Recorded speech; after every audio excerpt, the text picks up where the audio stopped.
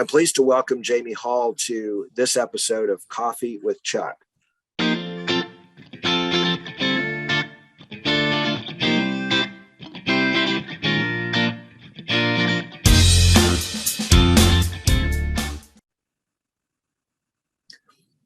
Jamie is a graphic designer, graphic artist. We're going to have him explain that. And the reason that's important, we have several students who have been interested in that career path. And also, he's just started as a tattoo artist. And again, I'll get the right title for all of these things. But I know we've had students in the past that were really interested in that field as well and really didn't know how to get started. So today is going to be interesting for a number of reasons. I'm excited to have you here, Jamie. Let me, for full disclosure, say that you are related to Mark Bisbing, our Vice President of Strategic Advancement. And Mark was just telling me about your career path a little, and it was really interesting to me, and I knew it would be interesting to a lot of our students. So welcome. Yeah, thank you. Why don't you just start off by telling us a little bit about your background, where you grew up, why you decided to pursue the path you did, and then we'll just jump in and ask questions. Yeah, so pretty much grew up in the Kansas City area. And, I went to Oak Park High School up north of the river. And, kind of the typical path. I got done with school and, parents wanted me to go off to college. Really had no idea what I wanted to do. I've always been on the creative side. I've always been artistic, just always liked that in my life and really didn't know which direction to go. I feel like, I graduated high school in '98, but just between myself and my high school, and maybe because I was so involved in sports, I'm not real sure, but I never really knew a lot of the options out there. It was like, yeah, you can go be a doctor or a lawyer, a teacher, some of these main business type degrees. None of it really interested me because, I always said from a young age, I wanted to draw for a living, not knowing what that meant. Went off to school. I went to Northwest Missouri State for a couple of years, where I started doing graphic design. And then my brother and I, we grew up road racing motorcycles. So we traveled all over the United States racing and kind of chasing that American, the AMA professional circuit for a while. So we came home and I graduated with my undergrad from UMKC in graphic design. Then got done with that, and a friend of mine through the race community introduced me to industrial design or product design. And we were just kind of chatting about it. He's like, what are you going to do with graphic design? I was like, I don't know. It was just kind of the only creative outlet that I kind of saw fit for actually making money here in Kansas City. And so I kind of expressed to him that, designing furniture or products or cell phones or things of that nature is what really interested me. And he's like, well, that's called industrial design, not graphic design. So I went out to KU and did my master's degree in industrial design. From there, I got kind of lucky. I got my foot in the door at a pretty cool architecture firm in Kansas City. It was called HOK Sport, which is now transitioned to, it's called Populous. So it was really cool because I got to do everything from graphic design to interior design, to interior architecture, to architecture, everything across the board, because I sort of kept my hands in all of it by chatting with other people in the office and kind of keeping those options open. So that was really fun. I pretty much have always been in the retail space, designing retail experiences, everything from kind of like Sprint stores, T-Mobile stores, some Garmin stores. So everything from studs in, designing the fixtures, the displays. And then with that graphics background, I was able to, always incorporate the graphics or kind of drive the way that was going to go. And so that was, the quick story of the past kind of 21 years of my life. And then, yeah, throughout that, I've always collected tattoos is the way that I like to word it. And, kind of from my sleeves up, my legs, I'm pretty much covered. I've not, and then throughout that, I've had a couple different artists throughout my years, like ask me like, why are you not a tattoo artist? Or would you want to get into it? I've always said no, just because I've had a really cool design job. I was drawing for a living. I was designing cool displays and fixtures and spaces, and just, learning that craft of tattooing, just, it interested me, but it was also, a big daunting task to take on. Knowing that you're going to permanently mark someone's body was just intimidating and scary to me. And I always said no and kind of blew it off and didn't take it serious. And then, I had a guy that was willing to take me on, and because I didn't want to quit my day job. It just didn't make sense. I've got a wife and a daughter, and, quitting your job can't always do that. And so I knew I couldn't do it. Well, this specific artist let me kind of do it part-time. And so I was traveling to Iowa 2 to 4 days a week to train with him, and while also keeping my day job. And with COVID, I was able to work remotely, so I could always just take my computer and crank out work for the day job while learning this new craft of tattooing. So took that, and then just with all of my art background and my art knowledge and my design background, the process of tattooing from drawing and composition and color theory, all sort of started really coming together pretty naturally for me. And then being a 41-year-old adult going this new career path, whatever you call it, a midlife crisis or just a career change, whatever you want to call it, I've always really valued tattoos, and I've valued people's bodies. So it was extremely important to me that anytime I did anything, from my first tattoo to where I'm at now, I wanted it to be the best it could be. And I was never taking any of these situations lightly, which I think really helped me, because I came to Kansas City and started talking to a few shops. And after only being on actual skin for just a few weeks, I had 6 shops in Kansas City offer me a spot in their shop. And then the shop I went with is really cool because the owner has a similar background to me. He worked at Hallmark till he was like 34, and then kind of made the jump like I did. So that was really cool.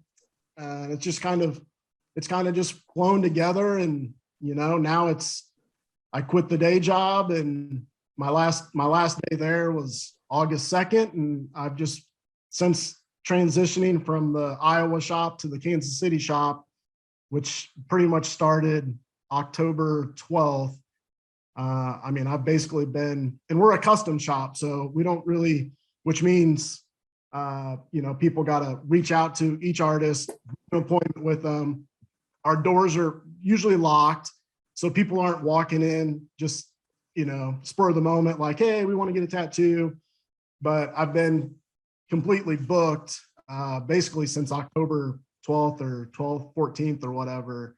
And I think it's just a lot to do with my background, but also, I don't take it lightly. And I truly feel very honored to be able to sort of put my mark and my creative spin on a tattoo and then mark someone's body permanently.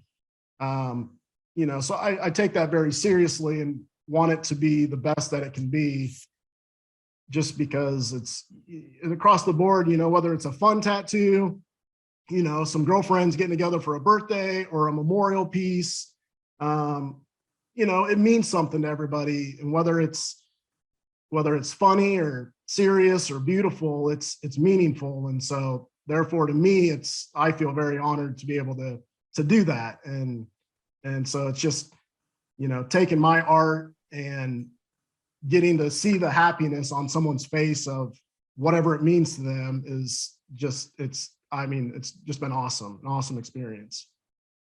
So I've got a lot of questions just Yeah. about the tattoo part. I don't have any tattoos anywhere.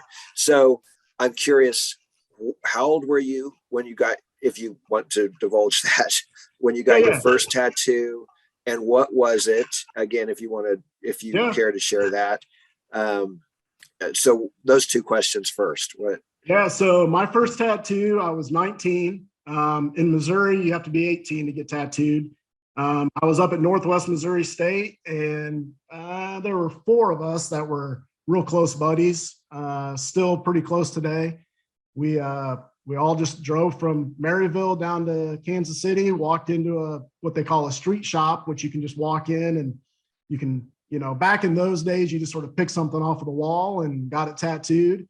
And that's what we did. Us 4 came down, and it's a sun, but it's kind of like a creative spin on a sun. And it was just like, I don't know, yay big on the center of my back, or up kind of between my shoulder blades.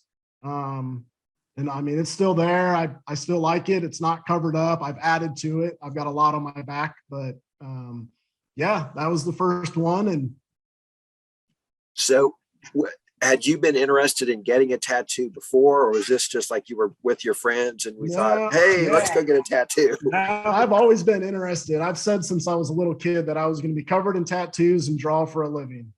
Okay. And yeah, I don't know. I mean, I don't know when my love for tattoos really started. I do remember as a kid being out at Venice Beach. I had family in California, and my parents took us to Venice Beach, and just that's an interesting place in general, but just seeing the sort of the street art and the people out there and tattoos and just across the board, it really interested me. And I don't know if around that times when I really started having the passion for tattoos, or I can't recall that exactly, but yeah, since I was little, I've always wanted them. Interesting. When I grew up, of course, I'm 14 years older than you. No, yeah, 14 years older. Tattoos were for the bad people, like the rebels. And now it's so mainstream that it's amazing to see some of the artistry on, and we can't see your sleeves, but have you had a preferred artist do most of your work, or how do you select for you personally? Yeah, so at the beginning, I had a couple different people that did work on my back, which was just sort of, randomly you walk into a shop and you just kind of look at some artist portfolios and you go from there. I don't even know how I really got synced up with an artist here in Kansas City.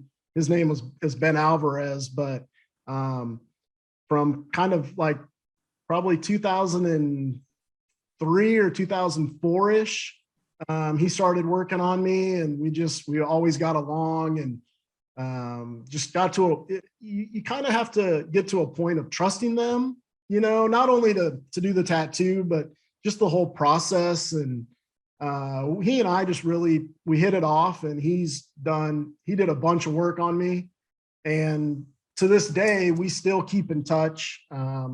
He was the first person I called when I decided I was going to do this tattooing. He no longer tattoos because he's got a little bit of health issues with his hands, and it just, it doesn't work anymore. He still owns the shop that he's always owned, but he doesn't tattoo. So then from there, after he stopped tattooing, I just through Instagram and social media, I'd find an artist that I really like. And for example, my whole left arm, I went out to Batavia, Illinois, had an artist work on it there. I found a guy in somewhere in Georgia, I forget the little town, but found him on Instagram, and he's kind of he's blown up, and I mean, he's known across the world now. And I somehow he forgot to book a Saturday, and I was like, hey man, I'm from Kansas City, so it's a long drive, but if you promise you're going to be there and not be sick or anything, I'll be there. So I did that a few years ago. So now I've just started kind of, I'm running out of space. And so I just try to, either really cool artists that I really like and just, respect their art and who they are as people, I try to get tattooed by, or, if there's an opportunity, or if I'm traveling and I'm able to sync up with someone in that city, just kind of, it's kind of to a point now where I try to collect pieces by sort of just artists that I really enjoy versus randomly popping in and getting a tattoo. I mean, I'm still doing that as well, because that's, still just fun, but the limited space I have left is, going towards just what I can find that I really enjoy, and preferably on a trip or a vacation, carve out half a day to go in and get a piece done by someone. So it's a transition from I like tattoos and I want to be covered in tattoos, to now it's like more of a art collecting for me. And that's how some people look at it when they're heavily covered or into tattoos. It's more like, hey, I really like Jamie Hall's work. I'm going to let him just drive the design, do what he wants to do, and let him know that, hey, I've got 6 hours carved out. Like, let's knock out a piece in 6 hours. And then so the artist kind of determines and figures out a design they can do, and then you get a cool piece by someone that you've enjoyed or followed or respected, or however you want to look at it. You get that knocked out. So yeah, and I want to talk about the process. Before we do that, I'm interested also in the training. So you were going to Iowa, training. What's the process? Obviously you were already an artist, so what did the training look like for you, from going to, So it varies. And, I had a very non-traditional tattoo apprenticeship. So unfortunately, I can't answer that completely and thoroughly, because mine was just so different. For the most part, it's essentially kind of like going to some sort of schooling or trade where, you might go be an apprentice for 2 years at a tattoo shop where they have you, doing stuff around the shop, maybe making the stencils for people, or cleaning up the areas. You kind of get brought in, and it's a little fraternal, if you will, where they, low man on the totem pole is cleaning the toilets and doing that sort of stuff. But you're constantly drawing, a lot of kind of painting and watercolor work. Nowadays, there's a lot of tablet work where you're drawing on your iPad and using the programs. But you really start, you start learning about all the old machines, how they're built, how they go together. Then you're practicing on grapefruit a lot, just because it's real awkward on how you hold it and how you navigate your machine around it. It doesn't really simulate skin by any means, because it's not, skin's just its own unique beast. Now we have fake skin is what they call it. It's just kind of a silicone. So you can buy that in sheets that you can apply your design to it. You can actually practice tattooing. Again, that's not like skin at all, because it's silicone and it's consistent, and you're putting it on a flat surface, and you're just working on your desk like you're drawing. So, most people go through, I think a normal apprenticeship is around 2 years that they do. But then it's up to the shop, it's up to the shop owner, and it's up to your mentor on how they're going to really teach you, what they're going to allow you to do. I've seen apprentice where they spend 2 years only drawing on paper and kind of like working at the shop. I've seen other apprentice that their mentors have enough confidence and faith in them that after a few months of just practicing on the skin and the grapefruit, that they throw them in, and they, might only let them do something that's, two by 2 inches or 3 by 3 inches, and it's only, like black outlines or something very basic to just start learning how the skin reacts. And when you start going down that path, the people you're tattooing, they also know that you're learning, and so they're also collectors in a weird way, where they're like, when I was in Iowa, I had a lot of people that came in that said, I really like this shop, and I come in every time there's a new apprentice, because it's just really fun for me to get these small little pieces from these apprentices that are trying to, chase a dream or a career path that they really love. And I'm willing to do it because I trust the artists and I trust the mentors. And I'm not really worried about getting a really horrible tattoo by this person who's never tattooed. So it was really fun being there and learning just all these different people's stories about how they are trusting these apprentices. And, it was fun. And also, I'm very thankful for those people, because it's allowed me to get to where now I'm full blown on my own, and, taking on small projects to really big, full arm piece, sleeve tattoos to back pieces, and just sort of being able to chase my dream of being an artist. What was the first tattoo you did on someone else? It was a little flower. I mean, just a dinky little, probably, I don't even know, an inch by inch, just tiny little flower. And it was a young girl that her mom owns the coffee shop next door to the tattoo shop that I was at in Iowa. And came in, and it was a little one on the back, or like tricep area, kind of tucked back in there. And it turned out pretty good. I mean, I was nervous because it was my first one, but it was, I was able to quickly get over the nerves and focus on, this is what I want to be doing, so I can't be nervous every time. And what's the most extensive tattoo you've done thus far? And I've got a few in the works right now that I have clients that they come in basically every 3 or 4 weeks. We're working on, I've got one that's a full chest piece from shoulder to shoulder, like across both pecs on a guy. I have a girl that we're working on basically from like her shoulder, like down to her elbow. I've got another guy we're doing from the elbow down to the wrist.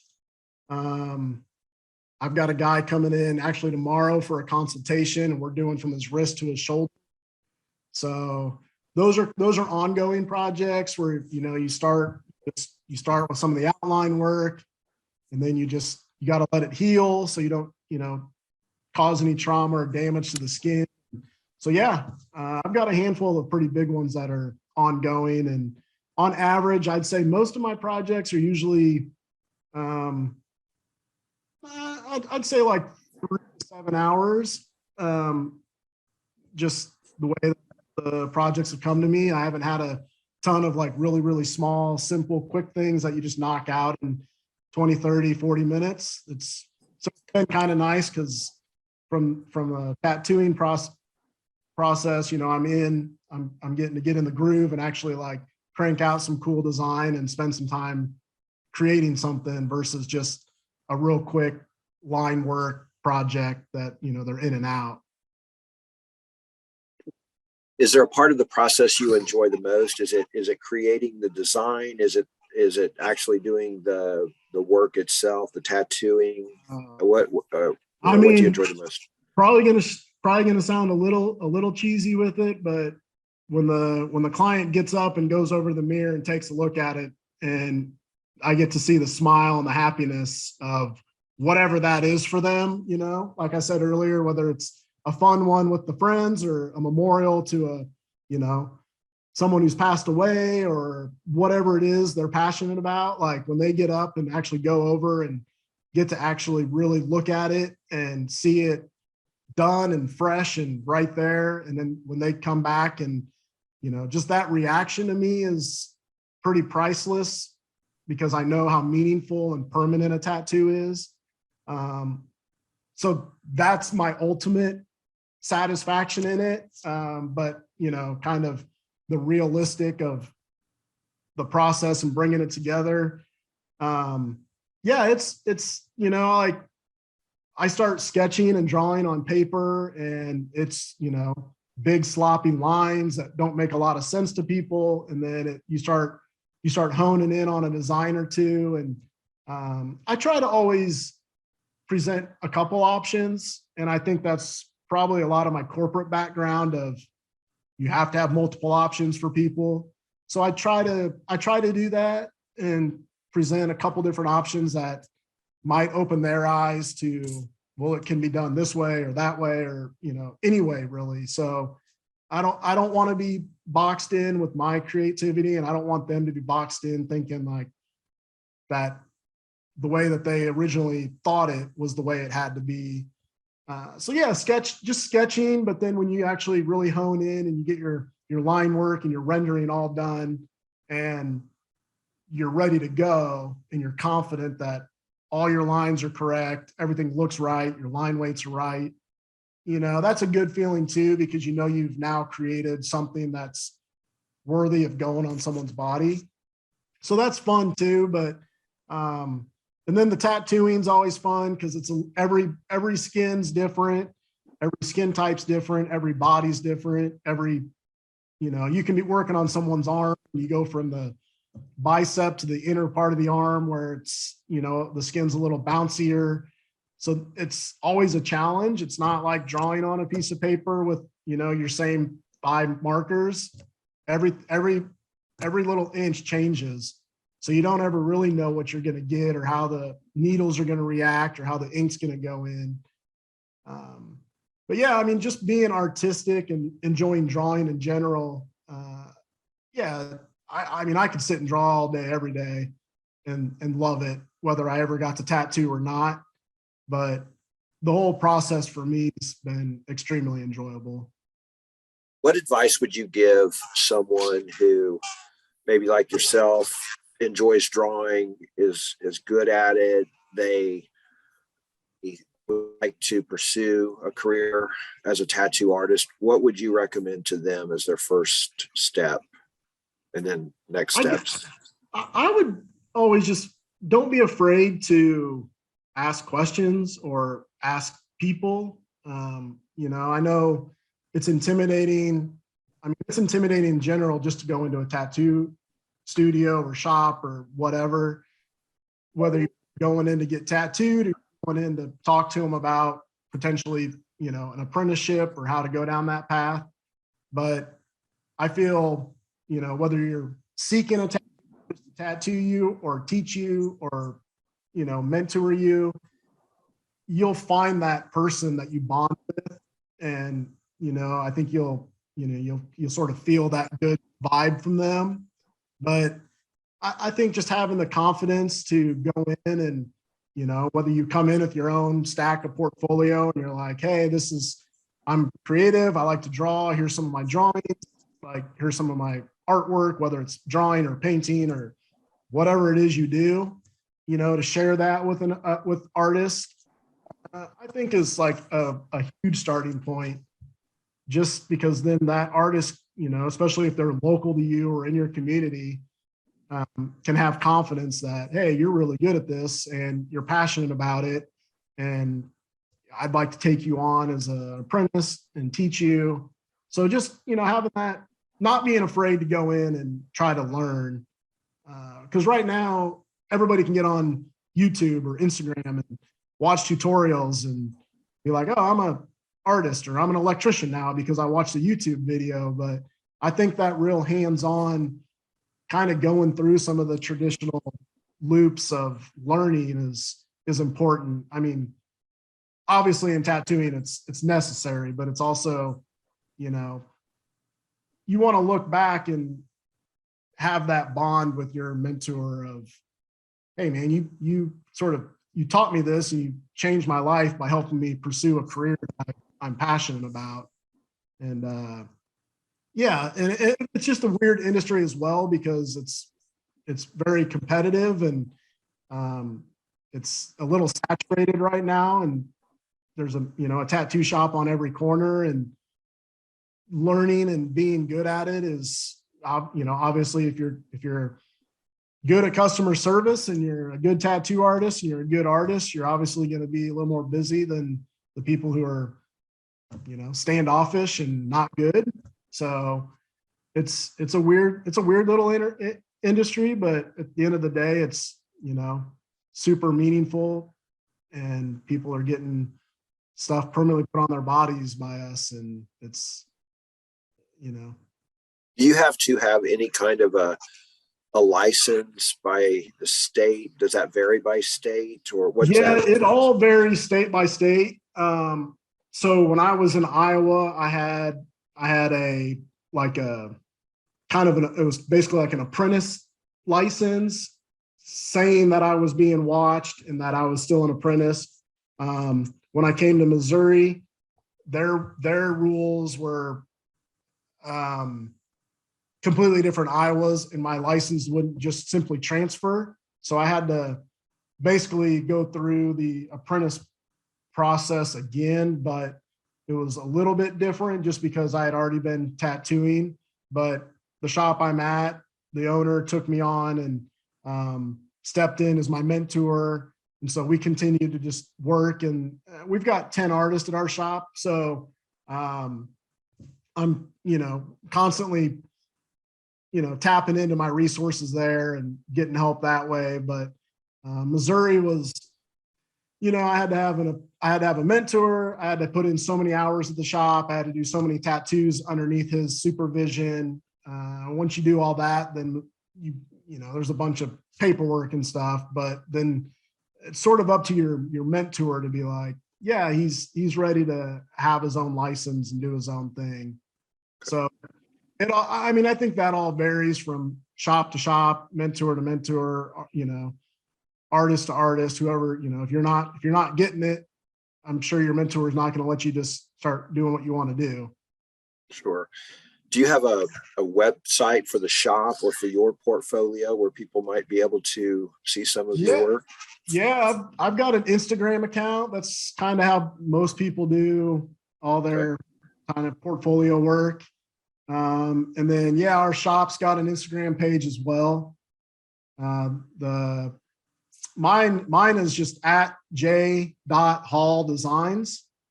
And then the shop is, let me verify here, but it's Time Walker. I think it's, Time Walker Tattoo Studio. Time Walker Tattoo Studio. Tattoo Studio. Okay. Cool. Well, Jamie, you've been generous with your time. Is there anything else that you wanted to share with the students? Or I think we've got a lot of good information out of that. No, I just, like I said, my career path was a little unique and a little bit all over the place, but I always knew being creative and doing design work or being artistic was the path I wanted to go. And, I don't regret jumping into tattooing later. I don't regret any of the paths I've taken. My only big thing is I truly wish that I had more of what you're doing to educate me on the paths out there. I look back and I'm like, well, I could have just jumped into industrial design versus going to graphics and then industrial design, or, even the tattooing. There's part of me that wishes I would have, maybe taken an artist up years ago and jumped into it. But I've also loved the career I had as an industrial designer. So, just asking the questions, trying to educate yourself on, just before you jump into, oh, well, I need to go to school for this because it's what they offer, or I don't know, I might not be wording that correctly, but just, kind of doing a little bit of your own research and tapping into all your resources to learn what is out there. Even now with tattooing, I mean, there's beauty salons that do the eyebrow kind of permanent makeup stuff, or just there's all sorts of stuff out there that could be your passion that maybe you're like, oh, I don't know if tattooing is what I want to do, but getting into, reconstructive type tattoo work to help people who've had surgeries or whatever. There's just so many options out there across the board, whether it's tattooing or industrial design or product design or any job career. There's so much out there that you might not know about for one reason or another. And so that's kind of, I tell that to people all the time, that it's like, yeah, I knew that there was being a doctor or a lawyer, but I didn't know about product design, and Right. I was 22 or something. So yeah, Yes. it's that, and just, stick true to who you are is kind of a big thing for me as well. In between my undergrad and my grad work, I had a strong burning desire to get into the medical field. And I was working at a cardiology lab for a little while and was studying to take my MCATs and took all my prereqs for med school and got ready to go to med school. And I just had to take a little bit of a break and reevaluate. And it just boiled down to, while I was at the cardiology lab, every break I had, I was drawing and sketching and doing design work. And I had to just step back and say, like, what do I want to be like? What do I want to be doing? I find myself always drawing. I'm not going to be able to draw for a living if I'm, potentially in the medical field. And so I had to make that big decision to leave that and pursue industrial design. And I feel like I've always just stuck true to what I feel I should be doing, regardless of the money situation or what people thought about it or anything. It just, if it felt good to me, and I just would kind of pursue that. Yeah, those are. And so I like saying that, just because there's, you might come from a community or a family or something that's not in the know on what's out there, and they're, and just when your eyes are opened up to the endless possibilities of a career, whatever it might be, it's, you might have to go against that grain and do what you want to do as a person and what feels right to you. And that's kind of a big thing for me, is doing what you love and what you're passionate about versus whatever might be right in front of you and the easier route. Right. Or the route that everyone else expects. And that's one of the things we do try to instill in our students, is follow your passion. If it's a passion, it's not a job. And so.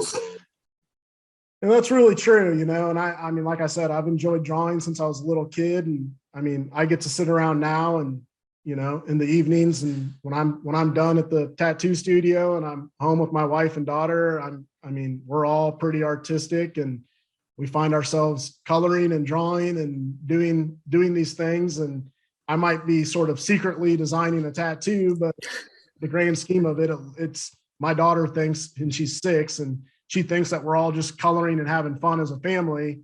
So, back to your comment of, like, if it's a passion, you're not working, it's kind of true in some of this. And it's fun to open her eyes up to things out there. And my wife and I were joking the other day about, like, because I took my daughter to work for a little bit just because I had to. And it's like, well, how many 6-year-olds are running around a tattoo studio? And granted, our tattoo shop studio is very different than what one might think or what one's seen on TV. I mean, we're in a really cool old historic building in the West Bottoms, and we'll have the Beatles on play. I mean, so it's a pretty cool, relaxed, chill environment, and not, what one might think. So, but it was still just fun that, like, our daughter is going to grow up around a tattoo studio, and it's, not a lot of 6-year-olds are doing that. So, Right. So it's nice. Yeah. Well, and you've been nice to join us today. I appreciate it. It's really interesting. And just, I know you're also helping us with logo for our new Espresso Yourself with Chuck. the middle school students have put together some ideas, and I know you and I think maybe even your wife possibly are Yeah. competing for the Yeah. winning design. So we appreciate Yeah, what you're doing. I'm sure there'll be a little competition there, but I'm sure we'll put our heads together at the end and just try to come up with the best solution we can. All right. Well, thanks for that. And thanks for joining us today. And hopefully we'll get you to a JAG-K event in the Kansas City area at some point, so you can see some of our students and maybe talk to them about your craft. Yeah, I would absolutely love that. That would be great. All right. Thanks, Jamie Hall. Yeah, thanks. Have a great day.